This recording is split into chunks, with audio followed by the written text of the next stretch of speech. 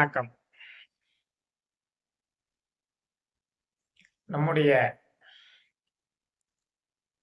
ஆணையப்பன் திருமந்திரம் சேனலின் ஜோதிட பகுதியில் திருமண பொருத்தங்கள் சம்பந்தமாக தொடர்ந்து பேசிக்கொண்டு வருகிறேன். அதில் தினப்பொருத்தம், கணப்பொருத்தம்,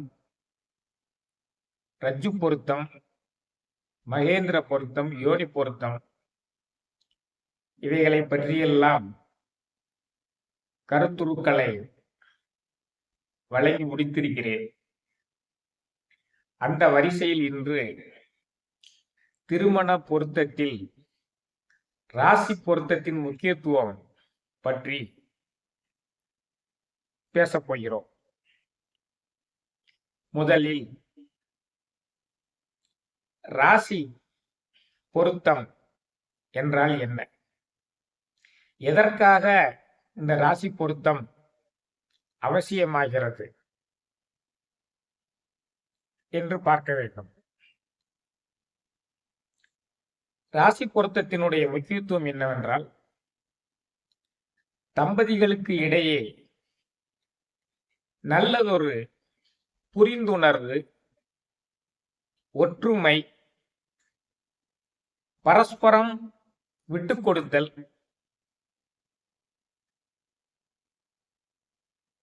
அந்த மாதிரி இணக்கமாக வாழ்தல், இத்தகைய சூழலை உருவாக்குவதற்கு இந்த ராசி பொருத்தம் மிகவும் அவசியம். சரி, இந்த ராசி பொருத்தத்தினுடைய முக்கியமான பொருத்தம் சம்பந்தமான கருத்துருக்கள் என்ன, எந்த ராசிகளை எல்லாம் தவிர்க்க வேண்டும், எந்த ராசிகள் மிகவும் உன்னதமான ராசிகள் என்று பார்க்க வேண்டியிருக்கிறது. இது பொதுவாக லக்னம்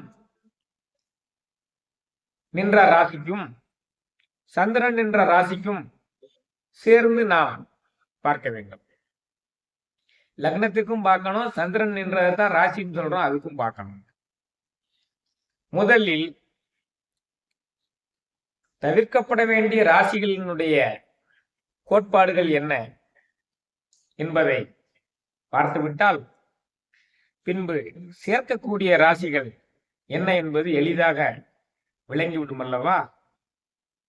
அந்த வகையில் எந்த ஒரு லக்னத்திற்கும் முதலில் தவிர்க்கப்பட வேண்டிய ராசிகள் 6, 8, 12.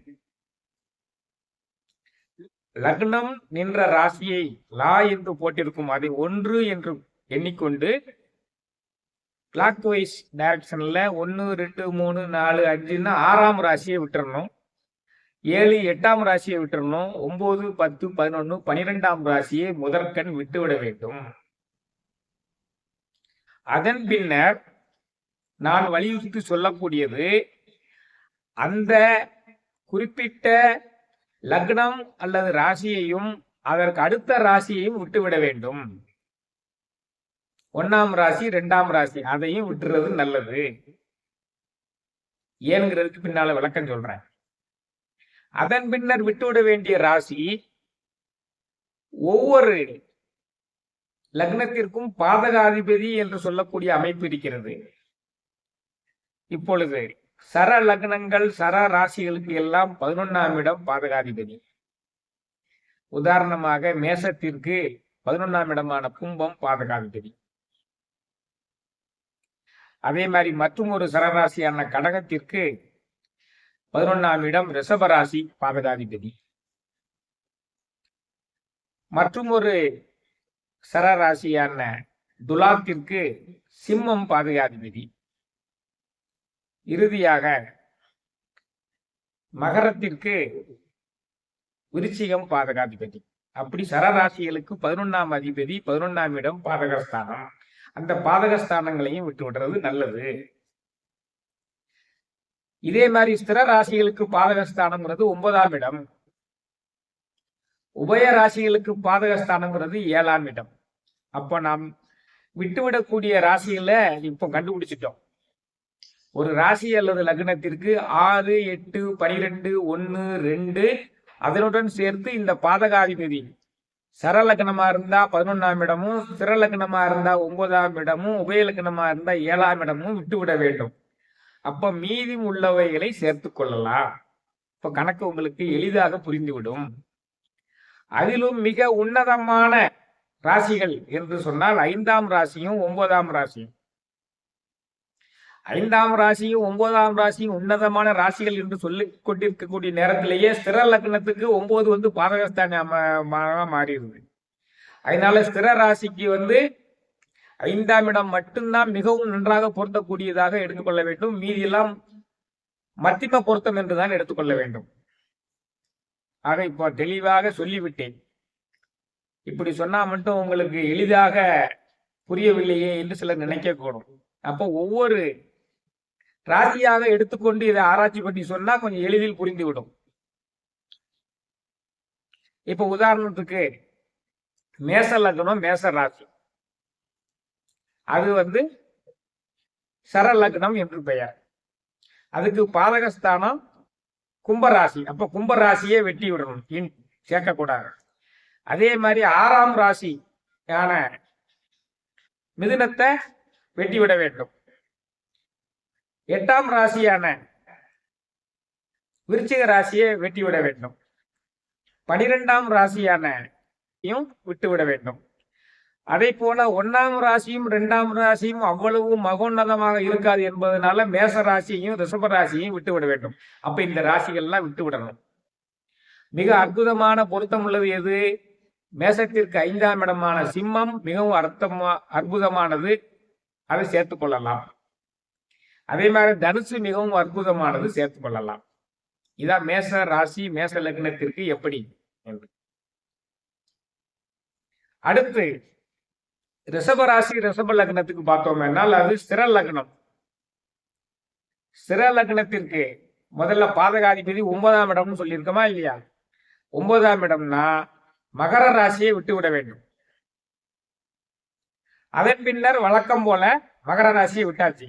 6ஆம் ராசி, 6ஆம் ராசியான துலாம் ராசியை விட்டுவிட வேண்டும். 8ஆம் ராசியான தனுசு ராசியை விட்டுவிட வேண்டும். 12ஆம் ராசியான மேச ராசியை விட்டுவிட வேண்டும். 1ஆம் ராசியான ரிஷப ராசியையும் 2ஆம் ராசியான மிதுன ராசியையும் விட்டுவிட வேண்டும். மீதி உள்ளதை சேர்த்துக் கொள்ளலாம். மீதி உள்ளதுல அது உன்னதமான பொருத்தம் உள்ளது எது? ரிஷபத்திற்கு 5ஆம் இடமான மிதினம், மிதுனத்திற்கு 5ஆம் இடமான அந்த மகரத்தை சேர்க்கணும்னு தோணும். ஆனா ஸ்திர ராசிக்கு அது பாதகஸ்தானாதிபதியா வர்றதுனால அதை விட்டுவிட வேண்டிய சூழ்நிலையில் இருக்கிறோம். மீதி உள்ள மற்ற ராசிகளை எல்லாம் சேர்த்துக் கொள்ளலாம். மீதி உள்ள மற்ற ராசிகளை எல்லாம் நாம சேர்த்துக் கொள்ளலாம். கடகம், சிம்மம் எல்லாம் சேர்த்துக் கொள்ளலாம். விருச்சிகம் வந்து 7ஆம் ராசியா வருது, அதை சேர்த்துக் கொள்ளலாம். கும்பராசியை சேர்த்துக் கொள்ளலாம். மற்ற ராசிகளை சேர்த்துக் கொள்ளலாம். இப்படித்தான் வந்து பொருந்தக்கூடிய ராசிகளை நாம் இனம் கண்டு அறிய வேண்டும். அடுத்து மிதுன ராசியை பார்த்தீர்களே ஆனால்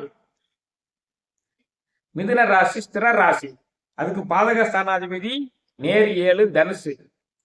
7ஆம் இடம் நன்றாக பொருத்தம் என்று எடுத்துவிட்ட முனை முடிவு செய்தாலும் இந்த ஸ்திர ராசிகளுக்கு 7ஆம் இடம் பாதகஸ்தானமாக வர்றதுனால மிதுன ராசி, கன்னி ராசி, தனுசு ராசி, மீன ராசி இவங்களுக்கு மட்டுமே வந்து இந்த 7ஆம் பாவத்தை விட்டு விடுறதுதான் நல்லது. 7ஆம் ராசியை விட்டு விடுறதுதான் நல்லது. அப்ப இந்த மிதுன ராசிக்கு முதல்ல விட்டு விட வேண்டியது தனுசு ராசி. அடுத்து வழக்கம் போல 6ஆம் ராசியான விருச்சிக ராசியை விட்டு விட வேண்டும். 8ஆம் ராசியான மகர ராசியை விட்டு விட வேண்டும். 12ஆம் ராசியான ரிஷப ராசியை விட்டு விட வேண்டும். 1ஆம் ராசியான மிதுன ராசியும் 2ஆம் ராசியான கடக ராசியை விட்டு விடுவதும் நல்லதுதான். ஏன்னா ஏன் இப்படி சொல்றேன்? 1ஆம் ராசி 2ஆம் ராசியை விட்டு விட வேண்டும் என்று சொல்றோம்னா, ஒரே சமயத்துல வந்து ஏக ராசியில கல்யாணம் பண்ணீங்கன்னா ஒரே சமயத்துல அவங்க கண்டச்சனியும் அஷ்டமச்சனியும் அனுபவிக்க வேண்டி வரும். அதே மாதிரி 2ஆம் ராசியில் உள்ளவங்களை திருமணம் செஞ்சோமே ஆனா ஒரு ஆளுக்கு அஷ்டமச்சனி நடக்கும் பொழுது ஒரு ஆளுக்கு கண்டச்சனி நடக்கும். அப்படியே பார்க்கும் பொழுது ஒரு 2.5 வருடம் வந்து ஒருத்தருக்கு கண்டச்சனியாகவும் ஒருத்தருக்கு அஷ்டமச்சனியாகவும் வந்து ஒரே சமயத்துல சனி பகவானுடைய சோதனைகளை எதிர்கொள்ள வேண்டிய சூழ்நிலை வரும். மொத்தத்துல ஒரு 7.5 வருஷம் அவங்க வந்து இந்த கண்டச்சனியையும் அஷ்டமச்சனியையும் எதிர்கொள்ள வேண்டி வருது. இதே மாதிரி அவர்கள் 7.5 சனியை எதிர்கொள்ளும் போது 2 பேரும் சேர்ந்து 10 வருஷம் சனி பகவானுடைய சோதனைகளை மேற்கொள்ள தாங்க வேண்டிய சூழ்நிலை வரும். அதுல 5 வருடம் 2 பேருமே சேர்ந்து இருக்கக்கூடிய அனுபவிக்க வேண்டிய சூழ்நிலையா வருது. அதனாலதான் வந்து 1ஆம் ராசியும் 2ஆம் ராசியும் நான் பொதுவாக வந்து விட்டு விடுங்க என்று சொல்றது. ரொம்ப அவசரம் அவசியம்னா சேர்த்துக் கொள்ளலாம். மற்றபடி கட்டாயம் விளக்க வேண்டியது 6, 8, 12 அந்த பாதக ராசிகள் தான் கட்டாயம் விளக்க வேண்டியது. ஆக மீதம் உள்ள ராசிகளை இந்த சிம்ம ராசியை சேர்த்துக் கொள்ளலாம். 5ஆம் ராசியான துலாம் ராசி மிகவும் உன்னதமானது, மிதுன ராசிக்கு, அதை சேர்த்துக் கொள்ளலாம். 9ஆம் ராசியான கும்ப ராசி மிகவும் உன்னதமானது, அதை சேர்த்துக் கொள்ளலாம். 10ஆம் ராசியான மீன ராசி, 11ஆம் இடமான மேச ராசியும் சேர்த்துக் கொள்ளலாம். இதான் மிதுன ராசிக்கு பொருத்தமான ஒரு ராசி. இதே மாதிரி தான் மற்ற ராசிகளையும் அணுக வேண்டும். இப்ப கடகராசிக்கு பாருங்க, கடகராசி பழையபடியும் ஒரு சரராசி. சரராசிக்கு பாதகஸ்தானாதிபதி 11ஆம் இடம். அப்ப ரிஷபராசியை முதல்ல விட்டுவிட வேண்டும். இது இந்த மாதிரி பழகி கொள்ள வேண்டும் என்பதனால்தான் ஒவ்வொரு ராசியா சொல்லிக்கிட்டு வரேன். அடுத்த 6ஆம் ராசி, கடகத்துக்கு 6ஆம் ராசி தனுசு ராசி, அதை விட்டுவிட வேண்டும். 8ஆம் ராசி கும்பம், அதை விட்டுவிட வேண்டும். 12ஆம் ராசி மிதுனம், அதை விட்டுவிட வேண்டும். அதன் பின்னர் சனி பகவானுடைய சோதனைகளை தவிர்ப்பதற்காக 1ஆம் ராசியான கடகராசியும் 2ஆம் ராசியான ரிஷபராசியும் கடகராசிக்காரர்கள் கடக லக்னத்துக்காரர்கள் விட்டு விடுவது நல்லது என்று சொல்லிவிட்டேன். மிகவும் அதே அற்புதமான பொருத்தமாக உள்ளது என்னது? 5ஆம் ராசியான விருச்சிகம், 9ஆம் ராசியான மீனம் மிகவும் அற்புதமான புரிந்துணர்வுடன் ஒற்றுமையுடன் இருக்கக்கூடியதாக அமையும். விருச்சிகமும் மீனமும். அதன் பின்னர் கன்னி ராசி, துலாம் ராசியும் சேர்த்துக் கொள்ளலாம். பாதகங்கள் எதுவும் ஏற்படாது. இந்த மாதிரி தான் வந்து நாம் பொருத்தங்களை அணுக வேண்டும். 10ஆம் ராசியான மேச ராசியும் கடகத்திற்கு சேர்த்துக் கொள்வதில் தவறு கிடையாது. அடுத்த ராசி சிம்ம ராசி. சிம்ம ராசி ஒரு ஸ்திர ராசி என்று சொல்லுகிறேன். அப்ப முதல்ல பாதக ஸ்தானாதிபதியான மேச ராசி 9ஆம் இடத்தை விட்டு விடணும். அடுத்த 6ஆம் ராசியான மகர ராசியை விட்டுவிட வேண்டும். 8ஆம் ராசியான மீனத்தை விட்டுவிட வேண்டும். 12ஆம் ராசியான கடகத்தை விட்டுவிட வேண்டும். 7.5 சனி அஷ்டமி சனியினுடைய பாதிப்புகளை குறைப்பதற்காக 1ஆம் பாவம் 2ஆம் பாவத்தையும் விட்டுவிட வேண்டும். அதாவது 1ஆம் ராசியான சிம்மத்தையும் 2ஆம் ராசியான கன்னியையும் விட்டு விடலாம். மிக உன்னதமான பொருத்தம் என்று சொல்லக்கூடியது 5ஆம் இடமான தனுசு ராசி. 9ஆம் இடம் நல்லா பொருத்தம் என்று சொன்னாலும் அது ஸ்திர ராசிக்கு பாதகம் ஸ்தானமாக வருவதால இந்த மேச ராசியை நான் விட்டு விட சொல்றேன். அதன் பிறகு துலாம் ராசியையும் விருச்சிக ராசியையும் சேர்த்துக் கொள்ளலாம். ரிஷபராசியையும் மிதுன ராசியையும் சேர்த்துக் கொள்ளலாம். இதுதான் சிம்ம ராசிக்கான பொருந்தக்கூடிய ராசிகள். அடுத்து கன்னி ராசிக்கு பொருந்தக்கூடிய ராசிகள். பொதுவாகவே இந்த ஜாதக கட்டத்துல 4 முக்கிலையும் இருக்கக்கூடிய அந்த ஸ்திர ராசிகள் இருக்குதே, அவங்களுக்கு பாதக ஸ்தானாதிபதியே கலத்திர ஸ்தானாதிபதியாக வராங்க. இவங்க வந்து ஒரு குறிப்பிட்டு பார்க்க வேண்டிய ஒரு அம்சம். மிதுன ராசி, கன்னி ராசி, தனுசு ராசி, மீன ராசி, இந்த முக்குல உள்ள அந்த ஸ்திர உபயராசிகளுக்கு, உபயராசிகள்னு பேரு, இந்த உபயராசிகளுக்கு 7ஆம் பாவமான கலத்திர ஸ்தானமே பாதகஸ்தானமா வர்றதுனால இல்வாழ்க்கையினுடைய ஈடுபாட்டில் பல இடையூறுகள் வருவதற்குரிய வாய்ப்புள்ள ராசிகளாக இவை கருதப்படுகின்றன. அதனாலதான் அந்த ராசி பொருத்தம் பார்த்து திருமணம் முடிக்க வேண்டியது இந்த உபயராசிகளுக்கு மிகவும் இன்றியமையாதது. எது? மிதுனம், கன்னி, தனுசு, மீனம். இவங்களுக்கு 7ஆம் ராசி நல்ல பொருத்தம் தானே அப்படின்னு சொல்லி உடனே சேர்த்து வச்சிடக்கூடாது. ஏன்னா அதே பாதகஸ்தானமா இருக்கிறதுனால அந்த திருமணத்துல பல இடையூறுகளை அவங்க சந்திக்க வேண்டியது ஏற்படும். அது அனுபவ ரீதியாக பார்க்கும் பொழுதும் சரியாகத்தான் இருக்கிறது. அப்ப கன்னி ராசிக்கு உபய ராசியாக இருக்கிறதுனால 7ஆம் ராசியான மீன ராசியை முதல்ல விட்டு விடணும்னு சொல்லியிருக்கேன். அதை போய் நம்ம பொருத்தத்துக்கு எடுக்கக்கூடாது. அதே மாதிரி 6ஆம் ராசியான 6, 8, 12 விளக்க வேண்டும் என்று சொல்லியிருக்கேன். 6ஆம் ராசியான கும்பத்தை விளக்கணும், 8ஆம் ராசியான மேசத்தை விளக்கணும், 12ஆம் ராசியான சிம்மத்தை தவிர்க்க வேண்டும். 6, 8, 12 தவிர்த்தாச்சு. சனி பகவானுடைய அஸ்தமச்சனி 7.5 சனி ஆதிக்கத்தை குறைப்பதற்காக 1ஆம் ராசியும் 2ஆம் ராசியும் விட்டு விடுவது நல்லது. அப்போ கன்னி ராசியும் துலாம் ராசியும் விட்டுடணும். அப்ப மிக உன்னதமான பொருத்தம் என்று எதை எடுத்துக்கொள்ள வேண்டியிருக்கிறது என்றால், மகர ராசி அற்புதமான பொருத்தமாக இருக்கும், ரிஷப ராசி அற்புதமான பொருத்தமாக இருக்கும். அதன் பின்னர் செகண்டரி மேட்சிங் என்று சொல்லும் போது விருச்சிக ராசி, தனுசு ராசி, மிதுன ராசி இவைகளெல்லாம் எடுத்துக்கொள்ளலாம். இதான் கன்னி ராசிக்கு பொருத்தமான ராசிகளை எப்படி, கன்னி ராசி கன்னி லக்னத்துக்கு பொருத்தமான ராசிகளை எப்படி கண்டுபிடிப்பது என்பது. அடுத்து துலாம் ராசி, அதுவும் ஒரு சரராசி. அப்போ 11ஆம் இடமான பாதகஸ்தானாதிபதியை முதல்ல விடணும். 11ஆம் இடம்ன்றது என்னது? சிம்ம ராசியை விட்டுறணும். துலாம் ராசிக்கு சிம்ம ராசியை விட்டுவிட வேண்டும். அதுக்கு பிறகு பாதகஸ்தானாதிபதிகள் விட்ட பிறகு நமக்கு தவிர்க்க வேண்டிய ராசிகள் என்னது? 6, 8, 12.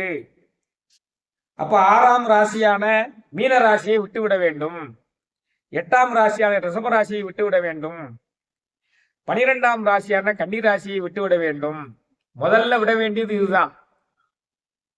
அதன் பிறகு வாய்ப்பு இருந்தால் 1ஆம் ராசியும் 2ஆம் ராசியும், அதாவது துலாம் ராசியையும் விருச்சிக ராசியையும் விட்டுவிட வேண்டும். இவைகளெல்லாம் விளக்கி வைத்த பிறகு அதி அற்புதமான பொருத்தம் உடையது கும்பராசி, மிகவும் அற்புதமான பொருத்தம். மிதுன ராசி மிகவும் உன்னதமான பொருத்தமாக அமையும். First class matching. அடுத்து செகண்டரி மேட்சிங், தனுசு ராசி, மகர ராசி இவைகளெல்லாம் செகண்டரி மேட்சிங் எடுத்துக்கொள்ளலாம். ஆக ஒரு ராசிக்கு பார்த்தீங்கன்னா ஒரு 4 ராசி தான் பொருத்தமானதா அமையும். அதனால இந்த ராசி பொருத்தம் மிகவும் முக்கியமானது. ராசி பொருத்தம் சரியாக இருந்தால்தான் ஒத்த புரிந்துணர்வு, ஒருவருக்கு விட்டுக் கொடுக்கக்கூடிய தன்மை, இல்வாழ்க்கையில் ஒரு ஒற்றுமை, ஹார்மனி எல்லாரும். அடுத்து விருச்சிக ராசி. விருச்சிக ராசி ஒரு ஸ்திர ராசி. ஸ்திர ராசிக்கு பாதகஸ்தானாதிபதி என்னது? 9ஆம் இடம். 9ஆம் இடமான கடகத்தை முதலில் விட்டுவிட வேண்டும். அதன் பின்னர் 6ஆம் ராசி, 8ஆம் ராசி, 12ஆம் ராசி விட்டுவிட வேண்டும். 6ஆம் ராசி மேசம், 8ஆம் ராசி மிதுனம், 12ஆம் ராசி துலாம் இவைகளை விட்டுவிட வேண்டும். சரியா? அதன் பின்னர் மிக அற்புதமான பொருத்தமாக உடையது 1ஆம் ராசியும் 2ஆம் ராசியும் விட்டுருங்க. அற்புதமான பொருத்தம் உடையது 5ஆம் ராசியான மீன ராசி. மிகவும் அற்புதமான பொருத்தமுடையதாக இருக்கும். 7ஆம் ராசியான ரிஷபராசியையும் சேர்த்துக் கொள்ளலாம். 7ஆம் ராசியான ரிஷபராசியையும் சேர்த்துக் கொள்ளலாம். 11ஆம் இடமான கன்னி ராசியையும் சேர்த்துக் கொள்ளலாம். ஆக 4 ராசி வரும். இதான் விருச்சிக ராசிக்கு பொருத்தமான ராசிகளை இனம் கண்டறியக்கூடிய முறை. அடுத்து தனுசு ராசி. ஏற்கனவே சொன்ன மாதிரி அது உபய ராசியாக போய்விட்டது. கலத்திர ஸ்தானாதிபதியும் பாதக ஸ்தானாதிபதியும் 7ஆம் இடமாக வருகிறது. எனவே 7ஆம் இடத்தை விட்டு விடுவது நல்லது. அப்ப மிதுனத்தை விட்டு விடணும். அடுத்து எதை விட்டு விடணும்? 6, 8, 12 ரிஷபத்துல விட்டு விட வேண்டும். கடகத்தை விட்டு விட வேண்டும். விருச்சிகத்தை விட்டு விட வேண்டும். 6, 8, 12 விட்டாச்சு. அடுத்து 1ஆம் ராசி, 2ஆம் ராசி தனுசையும் மகரத்தையும் விட்டு விட வேண்டும். மீதி உள்ள ராசிகளை சேர்த்துக் கொள்ளலாம். அதிக அற்புதமான பொருத்தமாக வரக்கூடியது மேச ராசியும் சிம்ம ராசியும். மேசம், சிம்மம், தனுசு நெருப்பு ராசிகள் ஒத்த குண இயல்புகள் பண்புகள் உடையவர்களாக இருப்பார்கள். அப்ப அவங்களை சேர்த்துக் கொள்ளலாம். ஃபர்ஸ்ட் கிளாஸ் மேட்சிங் மேஷம் சிம்மம். அடுத்த மேட்சிங் வந்து மீனம், கன்னி, துலா இவைகளையும் சேர்த்துக் கொள்ளலாம். இதான் தனுசு ராசிக்கு எந்த ராசிகளை விளக்க வேண்டும், எந்த ராசிகளை சேர்த்துக் கொள்ள வேண்டும் என்பது. அடுத்து மகர ராசி. மகர ராசி பழையபடி ஒரு சரராசியாக வருகிறது. சரராசிக்கு 11ஆம் இடம் பாதகஸ்தானம். அப்போ 11ஆம் இடம் ஆகிய விருச்சிகத்தை முதலில் விட்டுவிட வேண்டும். அடுத்து எதை விடணும்? 6ஆம் இடம் 8ஆம் இடம். 6ஆம் இடம் ஆகிய மீனத்தை விடணும், 8ஆம் இடம் ஆகிய சிம்மத்தை விடணும், 12ஆம் இடம் ஆகிய தனுசையும் விட்டுவிட வேண்டும். 1ஆம் இடமான மகரத்தையும் 2ஆம் இடமான கும்பத்தையும் விட்டு விடுவது நல்லது. 6, 8, 12 கட்டாயம் விளக்கணும். அந்த பாதகஸ்தானாதிபதியையும் கட்டாயம் விளக்கணும். அப்ப 6, 8, 12 அந்த பாதகஸ்தானாதிபதியான 11ஆம் இடத்துக்குரிய அந்த விருச்சிகத்தையும் கட்டாயம் விளக்கணும். 1, 2 சனி பகவானுடைய ஆதிக்கத்திலிருந்து தப்பிப்பதற்காக விட்டுக் கொள்ளலாம். 1, 2 விட்டுவிட வேண்டும். மீதி உள்ள ராசி எல்லாம் அற்புதமான பொருத்தத்தை வழங்கக்கூடியதாக இருக்கும். 5ஆம் இடம் அதிலும் உன்னதமான பொருத்தத்தை தரும் ரிஷபராசி. அதே மாதிரி 9ஆம் இடமான கன்னிராசியும் அற்புதமான பொருத்தத்தை தரும். அப்போ மகர ராசிக்கு நல்ல பொருத்தம்ங்கிறது ரிஷபராசியும் கன்னிராசியும். அடுத்து செகண்டரி மேட்சிங் வந்து மீனம், கடகம், துலாமையும் சேர்த்துக் கொள்ளலாம். ஆக இதான் மகர ராசிக்கு வந்து பொருத்தமான ராசிகளை இனங்கண்டறியக்கூடிய முறை. அடுத்து கும்பராசி. கும்பராசிக்கு பொருத்தமான ராசிகளை எப்படி கண்டுபிடிப்பது? கும்பராசி ஒரு ஸ்திர ராசியாக வர்றதுனால முதல்ல பாதகஸ்தானமான 9ஆம் இடத்தை விடணும். 9ஆம் இடம் துலாம், அதை விட்டுருங்க. அடுத்து 6, 8, 12 விடுங்க. 6ஆம் ராசியான கடகராசி, 8ஆம் ராசியான கன்னிராசி, 12ஆம் இடமான மகர ராசியை விட்டுவிட வேண்டும். 1ஆம் ராசியான கும்பத்தையும் 2ஆம் ராசியான மீனத்தையும் விட்டு விடுவதும் நல்லது. அதன் பின்னர் மற்ற ராசிகளை எல்லாம் சேர்த்துக் கொள்ளலாம். அதிலும் அற்புதமான பொருத்தம் மிதுன ராசி. அற்புதமான பொருத்தம் மிதுன ராசி. அதே மாதிரி துலாம் ராசி நல்ல பொருத்தம்னு நம்ம சேர்க்கிறதுக்கு மனசு தூண்டும். ஆனால் அது ஸ்திர ராசிக்கு 9ஆம் இடமாக வருவதால விட்டு விடுங்க, நல்லது. பாதகஸ்தானாதிபதி என்னைக்குமே பாதகத்தை தான் ஏற்படுத்துவான். அப்ப மிதுனம் நல்லது, ஃபர்ஸ்ட் கிளாஸ் மேட்சிங். அதே மாதிரி மேஷம், ரிஷபம், சிம்மம், விருச்சிகம், தனுசு இதெல்லாம் செகண்டரி மேட்சிங்காக எடுத்துக்கொள்ளலாம். இதான் கும்பராசிக்கு பொருத்தமான ராசிகளை கண்டறியக்கூடிய விதம். அடுத்து மீன ராசி.